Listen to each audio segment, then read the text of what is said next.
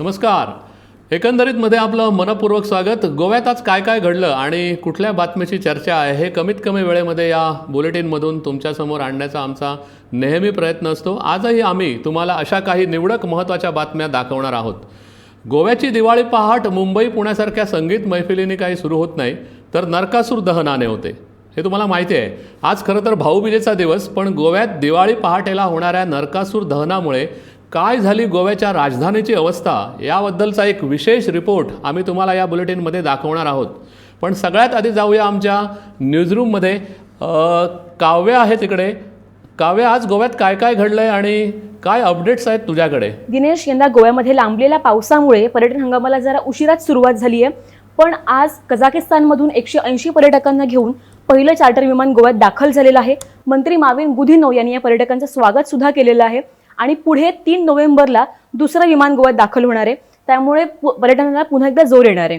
आजची दुसरी बातमी म्हणजे गोव्यामध्ये काजू लागवडीला प्रोत्साहन देण्यासाठी काजू महोत्सवाचं आयोजन करण्यात येणार आहे आणि याची माहिती आमदार दिव्या राणे यांनी दिलेली आहे.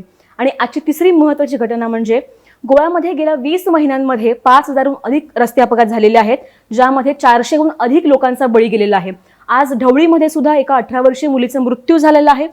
त्यामुळे कुठेतरी गोवा सरकारकडून रस्ता वाहतूक सुरक्षा आणि वाहतूक नियमांची अंमलबजावणी नीट होत नसल्याची बोललं जात आहे आणि गोवेकरांवर वाढत्या रस्ता अपघातांची टांगती तलवार कायम आहे. दिनेश, धन्यवाद काव्या या माहितीबद्दल.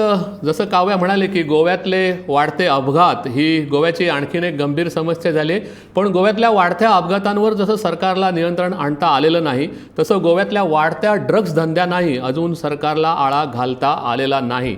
याची दखल केंद्रीय गृहमंत्र्यांनी घेतली आहे. आज संध्याकाळी गृहमंत्री अमित शाह आणि मुख्यमंत्री प्रमोद सावंत यांची गोव्याच्या वरिष्ठ पोलीस अधिकाऱ्यांसोबत एक व्हिडिओ कॉन्फरन्स झाली आणि गोव्यात बेकायदेशीररित्या ड्रग्स रॅकेट सुरू ठेवणारे जे नायजेरियन आहेत, त्या नायजेरियन लोकांना त्यांच्या देशात लवकरात लवकर परत कसं पाठवता येईल यावर विचार झाला. खरं तर नायजेरियन लोकांसोबत गोव्याबाहेरचे आणि गोव्यातलेही काही एजंट या धंद्यात कार्यरत आहेत.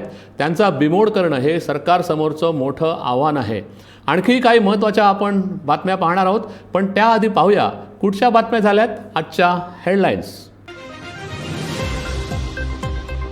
गोव्याच्या नव्या पर्यटन हंगामाची झाली सुरुवात. कझाकिस्तानातून 180 विदेशी पर्यटकांचं पहिलं चार्टर विमान गोव्यात झालं दाखल.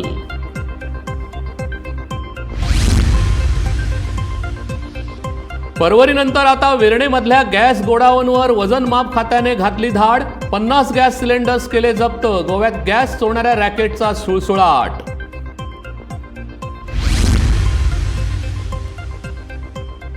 आता बस, टॅक्सी, रिक्षा आणि मोटरसायकलही बुक करा एकाच क्लिकवर. नव्या वर्षापासून गोवा सरकार सुरू करणार मल्टी मॉडेल वाहतूक ॲप.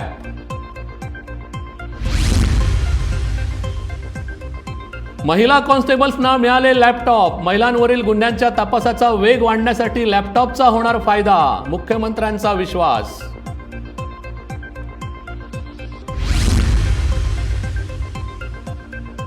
पोलिसांच्या सततच्या आवाहनानंतरही गोव्यात मुलं पळवणारी टोळी आल्याच्या अफवा नाऊत. मुलं पळवण्याच्या संशयावरून कुंभारजुवेत जमावाकडून मनोरुग्ण महिलेला बेदम मारहाण.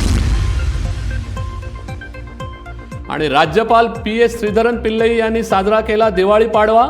राजभवनातल्या गोशाळेत केली गाई बैलांची पूजा.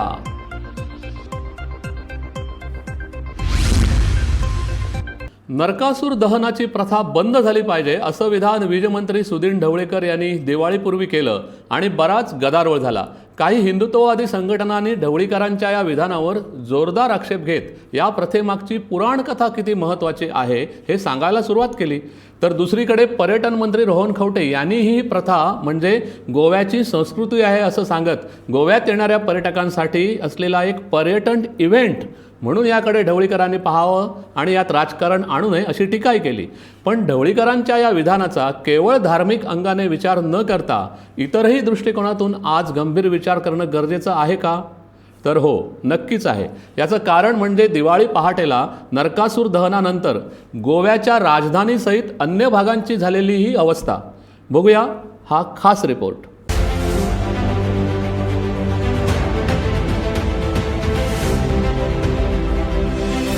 कांठाळ्या बसवणारं डीजे डॉल्बीचं संगीत, धडकी भरवणारे मोठ्या आवाजातले फटाके आणि कोवळ्या पहाटेच्या ताज्या हवेत उसळणारे धुराचे उंचच उंच लोट, ही आहे गोव्यातली नरकासूर दहनाची प्रथा. गेल्या अनेक वर्षांपासून सुरू असलेली. याही वर्षी नेहमीप्रमाणे गोव्यात सगळीकडे नरकासूर दहन झालं. चांगल्याचा वाईटावर विजय या पौराणिक कथासूत्रात बांधलेल्या या परंपरेला प्रोत्साहन मिळावं म्हणून गोवा सरकारच दरवर्षी नरकासूर वध स्पर्धा आयोजित करतं. त्याशिवाय काही राजकारणीही या नरकासूर मंडळांना देणग्या देतात. श्रीकृष्णाने नरकासुराचा वध कसा केला हे पाहायला दरवर्षी वाईटाची चीड असलेले शेकडो नागरिक जमतात. रात्र भक्तिमय वातावरणाने भरून जाते. दिवस उजाडताच एकमेकांना दिवाळीच्या शुभेच्छा देत लोक घरी जातात आणि मग दिसू लागतात जागोजागी राखेच्या ढिगांनी भरलेले धुमसणारे रस्ते. ही दृश्य आहेत नरकासूर दहनानंतरच्या राजधानी पणजीची. दिवाळीच्या दिवसाची सुरुवात गोव्यात कशी असते हे दाखवणारी. गोव्याच्या अन्य भागातही थोड्याफार फरकाने अशीच स्थिती असते. एडवायझरी आम्ही वर्सान वर्स काडटा की लोकांक सांगता की नरकासूर रस्त्यार जळोवचे न्ही. आम्ही दरवर्षीच आवाहन करतो की नरकासुराचे पुतळे रस्त्यांवर जाळू नका. तरी देखील काही जणांनी यावेळी नरकासूर रस्त्यावर जाळले. आम्ही रस्त्यावरचा कचरा उचललाय आणि रस्त्याचं जे नुकसान झाले ते आम्ही दुरुस्त करतो आहोत. सो रस्ते आतां खंय डॅमेज जाल्या मदीं मदीं नरकासूर जळयल्या म्हणून ते आमी रिपेर करता आनी खिळे किंवा जी डेब्री आसा नरकासुराची ती आमी ऑलरेडी क्लियर केल्लेली आसा. सो रिपेर खंय खंय पॅचवर्क जाय ते करतले. पर्यावरणाची काळजी घेणं गोव्याच्या दृष्टीने किती महत्त्वाचं आहे आणि प्रत्येक गोवेकराचं ते कसं कर्तव्य आहे असं आवाहन करणाऱ्या मुख्यमंत्री प्रमोद सावंत यांचा अगदी काही दिवसांपूर्वीचा हा व्हिडिओ तुम्हाला आठवत असेलच. मुख्यमंत्री चोरला घाटातून जात असताना त्यांना रस्त्याच्या कडेला कचरा साठलेला दिसला आणि पर्यावरणाच्या काळजीने ते व्यथित झाले. हांव समेस्त गोंयकारांक आनी ह्या वाटेंतल्यान वचपी टुरिस्टांक आव्हान करता. मी सर्व गोवेकरांना आवाहन करतो की निसर्गाचे रक्षण करणं हे आपलं प्रत्येकाचंच कर्तव्य आहे. तेव्हा हायवे किंवा रस्त्यावर कचरा टाकू नये. उडोवचो न्ही, प्लास्टीक उडोवचो न्ही, बाटल्यो उडोवच्यो न्ही. हाजें रक्षण जर आमी केलें नासत जाल्यार दुसरो कोणूच करूंक शकतो ना. म्हणून तर या निसर्गाचे रक्षण करपाक आमी फुडें सरचें पडटलें.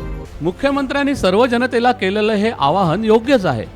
पण मग नरकासूर दहनामुळे प्रदूषण होत नाही का? पर्यावरणाची हानी होत नाही का? की कुठे एवढी होते पर्यावरणाची हानी? काय एवढं होतं प्रदूषण एका रात्रीमुळे असं म्हणून याकडे कानाडोळा करायचा? खरं तर 24 ऑक्टोबरला नरकासूर दहनानंतर पणजीच्या हवा प्रदूषणाची पातळी म्हणजे PM2.5चं प्रमाण 60 होतं, जे WHO नुसार 15 पर्यंत आवश्यक आहे.